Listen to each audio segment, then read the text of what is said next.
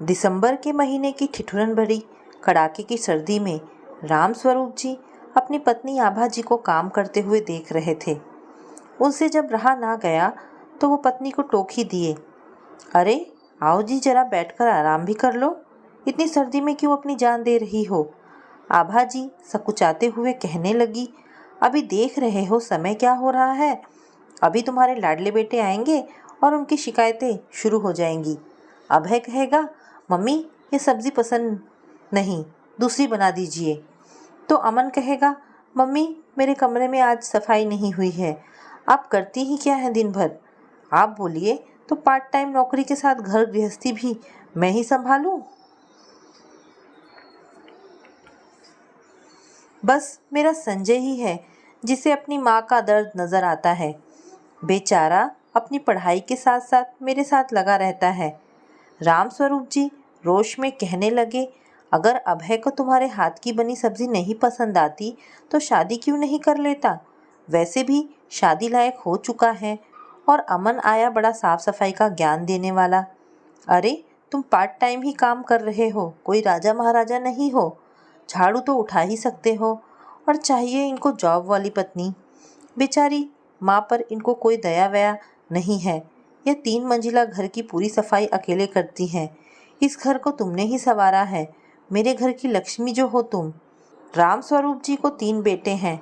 बड़ा बेटा अभय एक बैंक में कार्यरत है, अच्छी तनख्वाह पर काम करता है। मंझला बेटा अमन अभी पढ़ाई पूरी करके पार्ट टाइम नौकरी पर लगा है।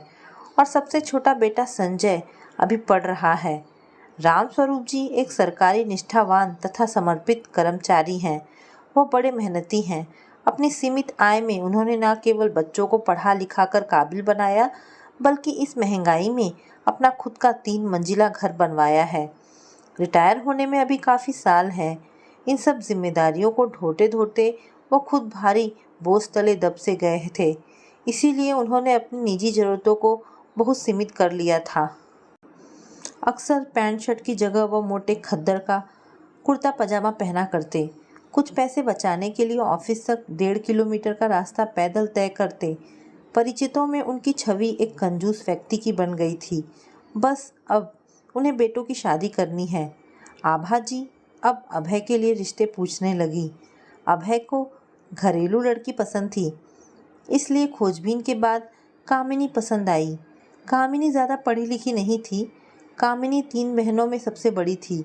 उसके घर की परिस्थिति कुछ ठीक ठाक नहीं थी। अब बैंक में काम करने वाला लड़का मिला है जो अच्छा खासा कमाता है और 3 मंजिला घर है और ससुर सरकारी नौकरी में है, और क्या चाहिए।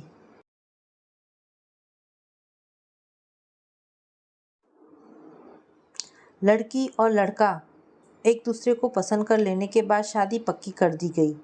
रामस्वरूप जी लेन देन पर विश्वास नहीं करते थे, इसीलिए उन्होंने पहले ही कह दिया था कि उन्हें सिर्फ बेटी चाहिए, दान दहेज फर्नीचर कुछ भी नहीं। इन्हीं सब बातों से कामिनी की नज़रों में ससुर और सास का मान सम्मान बढ़ गया था। वो तो बस अब शादी हो जाने का इंतज़ार कर रही थी। नियत समय पर शादी हो गई और कामिनी अभय की पत्नी बनकर इस 3 मंजिला घर में प्रवेश की। इतना अच्छा घर परिवार पाकर कामिनी फूले ना समाती। ससुराल में कदम रखते ही कामिनी ने पूरी जिम्मेदारी अपने सिर पर ले ली। कामिनी अच्छी बहू बनने की जद्दोजहद में लग गई। हर काम कामिनी समय पर करती। आभा जी का हर रात सिर दबाना ना भूलती, और तो और मालिश भी करती। सुबह ठीक 7 बजे रामस्वरूप जी का लंच पैक करके देती। मंझले देवर अमन का भी खूब ख्याल रखती, बड़ी बहन जैसा।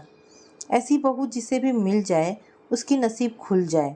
कुछ यही हाल था आभा जी का। आभा जी भी बहू का बहुत ख्याल रखती। आभा जी भी घर के कामों में आधा से ज़्यादा सहयोग देती, क्योंकि वो भली भांति परिचित थी कि इतना सारा काम एक के बस का नहीं है।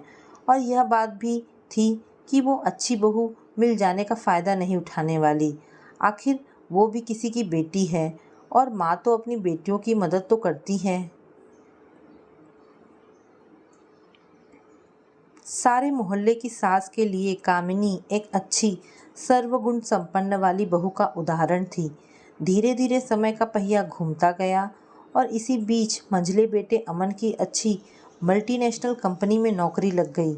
आखिर उसकी मेहनत रंग लाई और उसे अच्छा सालाना पैकेज के साथ एक ऑफिस की तरफ से कार भी मिली आने जाने के लिए। नौकरी लगने के बाद अमन ने सबका मुंह मीठा करवाया। एक दिन शाम को अमन की पसंद का खाना बन रहा था। आभाजी और कामिनी मिलजुल कर खाना बना रही थी। तभी काम करते करते कामिनी कहने लगी, मम्मी जी, अब आपका क्या ख्याल है आगे का? कुछ सोचा है आपने? क्या? कुछ समझी नहीं बेटा, क्या कह रही हो? आभाजी ने कहा, अरे मम्मी जी, मैं देवर जी की बात कर रही हूँ। अब उनका क्या सोचा है आपने? अब तो उनकी उम्र हो चुकी है शादी की। लड़का लड़की दोनों की ही शादी सही नियत समय पर हो जाए तो ही ठीक रहता है। अब तो देवर जी की अच्छी नौकरी भी लग गई है। कामिनी सास को समझा रही थी। हाँ, बात तो सही है बेटी, अब हमें बात चलानी ही चाहिए। आभा जी ने कहा, हाँ मम्मी जी, बहू तो बिल्कुल मेरी जैसी होनी चाहिए, जो सबका ख्याल रखे और घर परिवार जोड़ कर रखे। मम्मी जी, आप बुरा ना मानना, तो मेरे नज़र में एक लड़की है जो बिल्कुल मेरी जैसी है और ज़्यादा पढ़ी लिखी है। हाँ बेटा बताओ, मैं क्यों बुरा मानने लगी? आभा जी ने कहा। कामिनी ने बात जारी करते हुए कहा, मम्मी जी, मेरी छोटी बहन सारिका कैसी रहेगी? वो तो मुझसे भी ज़्यादा गुणी, सुंदर और पढ़ी लिखी है। आप कहिए तो मैं पापा से बात चलवाऊँ। अरे वाह बेटा, सारिका तो बहुत अच्छी है। ठीक है, मैं आज शाम को ही इनसे और अमन से बात करती हूँ। यह सब सुनकर कामिनी बहुत खुश हुई और वो अपने मायके फ़ोन लगाकर बात करने लगी। इसी सिलसिले की बात आभा जी ने चलाई शाम को, जब सब साथ में बैठकर खाना खा रहे थे। बेटा अमन, मुझे और तुम्हारे पापा को लगता है कि अब तुम्हारी शादी भी हो जानी चाहिए, इसलिए हमने तुम्हारे लिए एक लड़की देख रखी है। तुम्हें अगर लड़की पसंद है तो आगे की सोचें। बेटा, यह लड़की कोई और नहीं, तुम्हारी भाभी की छोटी बहन सारिका है। बताओ, तुमने तो पहले देखी ही है सारिका, तो बेटा हम बात आगे बढ़ाएं। अमन आश्चर्यचकित होकर सुन रहा था। फिर उससे रहा ना गया तो उसने कहा, मम्मी, सारिका मेरे अनुकूल नहीं है। वास्तविकता यह है कि मुझे अच्छी जॉब वाली लड़की चाहिए जो मुझसे कंधे से कंधा मिलाकर चले। और मम्मी, आप तो जानती ही हैं भाभी के घर की परिस्थितियों को। सारिका उतनी अच्छी पढ़ाई नहीं की है, उतना अच्छा जॉब नहीं करती। तो प्लीज़ आइंदा शादी की जिक्र आप मुझसे मत कीजिए। जब समय आएगा देखा जाएगा। यह सब सुनकर कामिनी गुस्से से बौखला गई और कहने लगी, देवर जी, अगर आपको मेरी बहन से शादी नहीं करनी है तो मत कीजिए, मगर मेरे परिवार की परिस्थितियों को बीच में मत लाइए और सारिका के पढ़ाई को कम मत आंकिए। आपको क्या लगता है कि हम आपके लिए मरे जा रहे हैं? और कामिनी उठकर अपने कमरे में चली गई। अभय भी अमन की बातों से चिढ़ सा गया था और चिल्लाने लगा, बहुत बड़े बड़े सपने मत देखो। बड़ा कंधे से कंधा मिलाने वाली लड़की चाहिए। भला वैसे बड़े घर की लड़की तुम्हें भाव क्यों देगी? यूं ही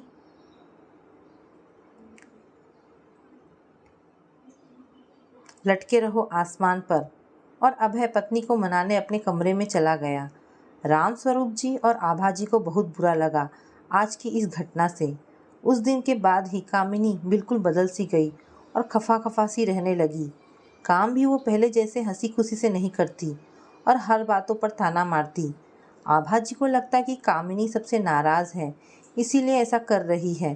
पर उन्हें क्या पता है कि अब तक कामिनी सिर्फ अपनी बहन को इस घर में लाने के लिए अच्छाई का लिबास ओढ़कर बैठी थी। अब धीरे धीरे कामिनी अपने असली रंग रूप में आ रही थी। अमन को अपने ही ऑफिस के सीनियर तान्या से प्यार हो गया और तान्या की भी अमन में दिलचस्पी थी। धीरे धीरे यह दिलचस्पी शादी तक पहुंच गई। अमन ने यह ज़रूरी बात सभी घर वालों के इकट्ठा होने पर कही। पापा, मेरी ही ऑफिस में तान्या नाम की एक लड़की है। वो मुझसे भी बड़े पद पर कार्यरत है। हम दोनों ही एक दूसरे को पसंद करते हैं और हम एक दूसरे से शादी करना चाहते हैं। सच बेटे, कैसी दिखती है लड़की? मैं भी जरा देखूं। आभा जी खुशी के मारे अमन से लड़की की फ़ोटो दिखाने को बोली। फोटो देखने के बाद आभा जी निश्चिंत थी कि चलो आखिरकार अमन को कोई तो लड़की पसंद आई, चाहे उसकी सीनियर ही क्यों ना हो। मगर एक चिंता भी मन ही मन सता रही थी कि इतना अच्छा कमाने वाली लड़की इस घर के वातावरण में अपना सामंजस्य बिठा पाएगी कि नहीं। खैर, इस खबर से सभी खुश थे सिवाय कामिनी और अभय के। आज अमन और तान्या की सगाई की रस्म थी। सगाई का कार्यक्रम तान्या के निवास में ही रखा गया था, जिसमें तान्या के कुछ खास गिने चुने रिश्तेदार, अमन का सिर्फ परिवार ही इसमें शामिल था, क्योंकि तान्या बाहर के कोई रिश्तेदार नहीं चाहती थी। अभी से अमन तान्या की हर बात मानता था। अमन रसोई घर में गया और उस वक्त कामिनी भी वहाँ मौजूद थी। माँ, यह लीजिए साड़ियाँ आपके लिए और भाभी जी के लिए। अमन ने साड़ियों का पैकेट माँ की ओर थमाते हुए कहा। अरे बेटा, इसकी क्या ज़रूरत थी? अब साड़ियाँ खरीदने की क्या ज़रूरत पड़ी? आखिर हमारे पास तो है ही पहनने के लिए। फिर भी तूने इतने मन से खरीदा है तो मैं पक्का यही पहनूंगी। आभा जी ने अमन के हाथों से साड़ियाँ ले ली। अरे माँ, यह मैंने नहीं, आपकी होने वाली बहू ने आपके और भाभी के लिए भेजी है, क्योंकि आप लोगों की पहनी हुई साड़ियों की कीमत का अंदाज़ा तान्या के मेहमान आसानी से पता लगा लेंगे और तान्या उनकी मखौल उड़ाती नज़रों और तानों का सामना नहीं कर सकेगी। प्लीज़ मम्मी, मेरा दिल रखने के लिए यह पहन लेना। और वो चला गया। यह सब सुनकर आभा जी को बहुत दुख हुआ। वाह वाह, अभी से वो महारानी हमें अपनी उंगली पर नचवाना चाहती हैं। मम्मी जी देख लो अपने बेटे की पसंद, आने दो महारानी को सीधी कर दूंगी। सगाई भी हो गई और कुछ महीनों बाद शादी भी। अब तान्या घर की बहू बनकर आ गई। तान्या अपने साथ बहुत महंगे सामान लाई थी। सूटकेस भर भर कर तो कपड़े, साज सामान की वस्तुएं लाई थी तान्या ने। तान्या आते ही सास आभा के इर्द गिर्द मंडराने लगी। धीरे धीरे तान्या भी परिवार का हिस्सा बन गई, किंतु तान्या का अपनी जेठानी कामिनी से बिल्कुल भी नहीं जमता। दोनों ही अक्सर आपस में छोटी से छोटी बात को लेकर बहसबाजी पर उतर जाती। इससे घर का वातावरण कलेश भरा रहने लगा। यह तो लाजमी है, जब दो बर्तन आपस टकराएंगे तो आवाज़ करेंगे ही। तान्या जॉब वाली थी, अच्छा कमाती और उसी का धौंस जमाती। ऑफिस के साथ उसे रसोई घर भी संभालना पड़ता, क्योंकि अब तो देवरानी और जेठानी के बीच मुकाबला रहने लगा काम को लेकर। कामिनी ने साफ साफ कह दिया सभी से, मैडम जी कमा रही हैं तो अपने लिए, ना कि हमारे लिए, इसीलिए बहू का दायित्व तो तान्या को बराबरी से निभाना पड़ेगा। ऑफिस के बहाने यह काम चोरी करेंगी तो मुझे भी अकेले काम करना मंजूर ना होगा। अब घर वालों के सबके सहमति से घर के काम दो हिस्सों में बांटे गए। दिन की पूरी जिम्मेदारी कामिनी पर और रात की पूरी जिम्मेदारी तान्या पर। इससे तान्या मुसीबत में आ गई, पर इसका ताबड़तोड़ समाधान तान्या ने निकाल ही दिया। तान्या ने अपनी जगह पर एक नौकरानी रख ली, जो सारा काम बहुत अच्छे से करती। अब ऐसे ही चलता रहा और एक दिन नौकरानी बीमार पड़ गई। वायरल डेंगू बुखार निकला। जांच करवाने के बाद और वो एक हफ्ते की छुट्टी ले ली। अब इसी बीच आभा जी ने रसोई की जिम्मेदारी खुद पर उठा ली। यह बात कामिनी को जची नहीं कि सास सिर्फ देवरानी के हिस्से का काम कर रही है, और वो गुस्से में कहने लगी, वाह मम्मी जी, आखिर आप भी पैसों को ही महत्व देने लगी।